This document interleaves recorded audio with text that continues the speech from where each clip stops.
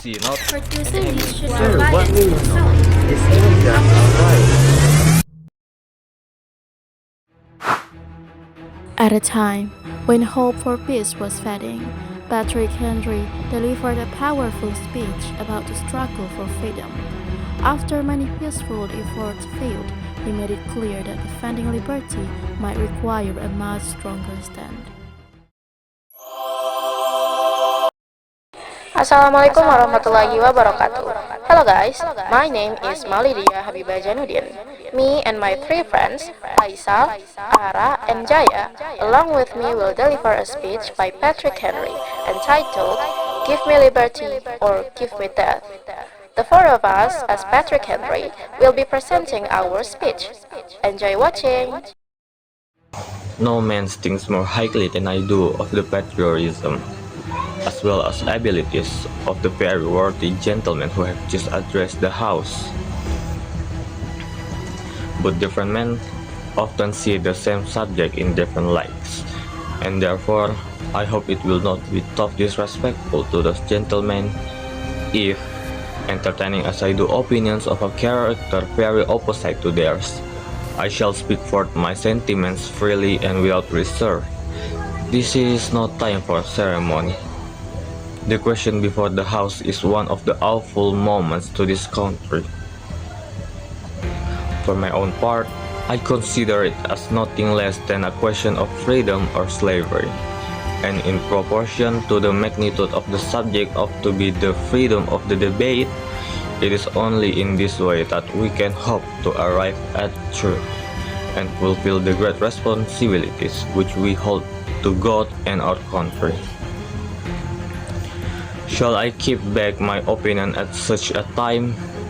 Through fear of giving offense, I shall consider myself as guilty of treason towards my country, and of an act of disloyalty towards the majesty of heaven, which I refer above all earthly kings.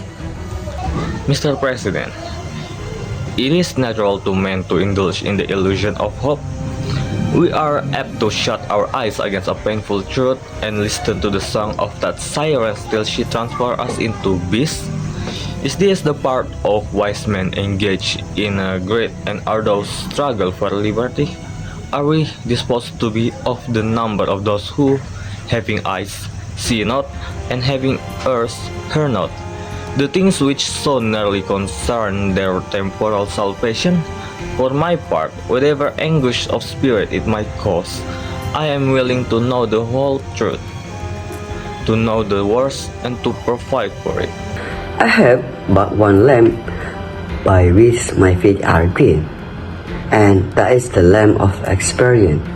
I know of no way of judging of the future but by the past, and judging by the past I wish to know what there was have been in the condition of the British ministry for the last 10 years to justify those hopes with which gentlemen have been pleased to suffrage Thames level and the House.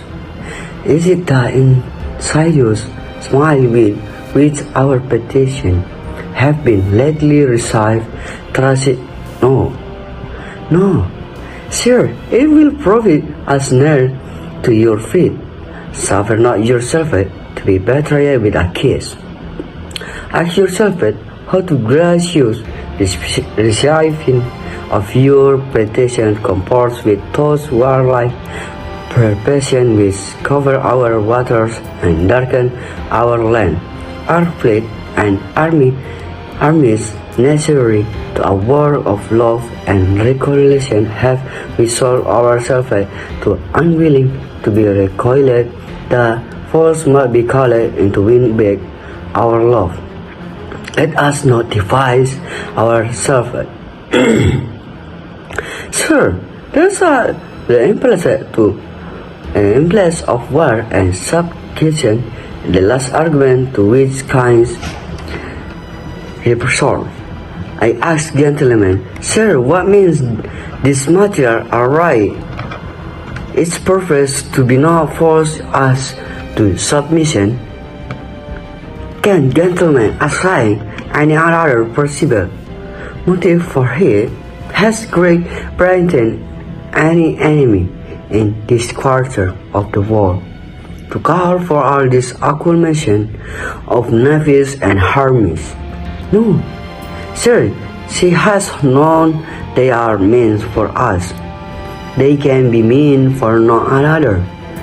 They are sent over to bind and refer upon us those chains which the British military have been so long forgetting. What have we to pose to them? Shall we try argument? Sir, we have been trying that for the last 10 years. Have we anything new to offer you on the subject? Nothing. We have held the subject up in every light of which it is capable, but it has been all in vain. Shall we resort to entreaty and humble supplication? What term shall we find which have not been already exhausted? Let us not, I beseech you, sir, deceive ourselves longer.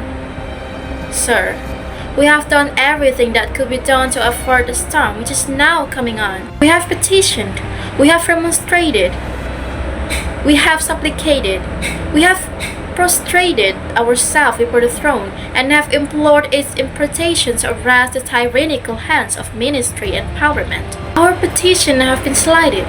Our remonstrances have produced additional violence and insult.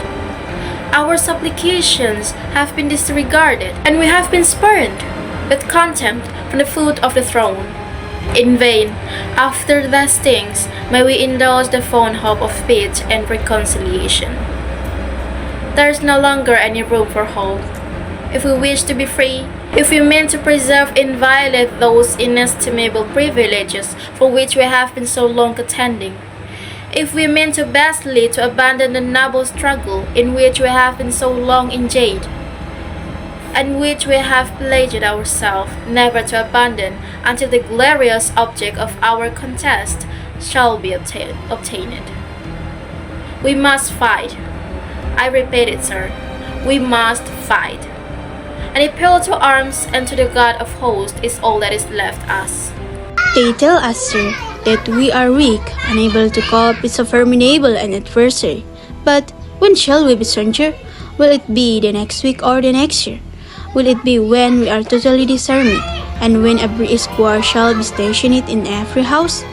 Shall we gather strength by irresolution and inaction?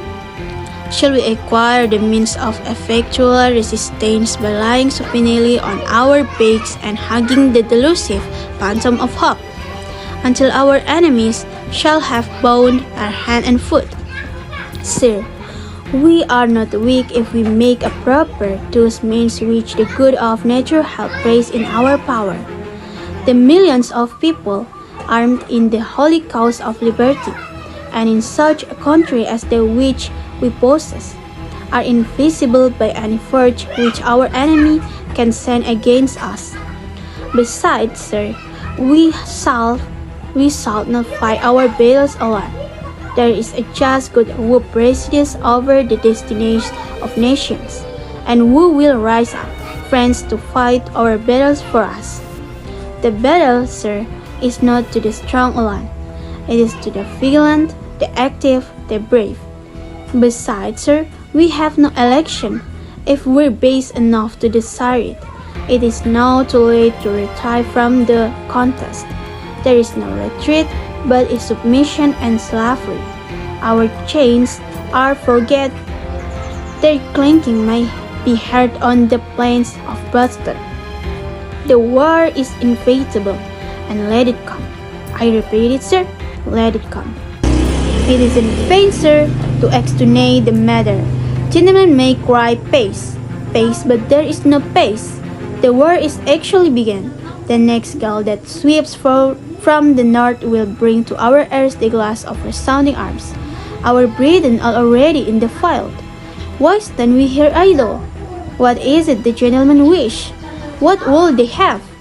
Is life so dear, or pay so sweet, as to be purchased at the price of chains and slavery? Forbid it, Almighty God. I know not what course others might take. But as for me, give me liberty or give me death.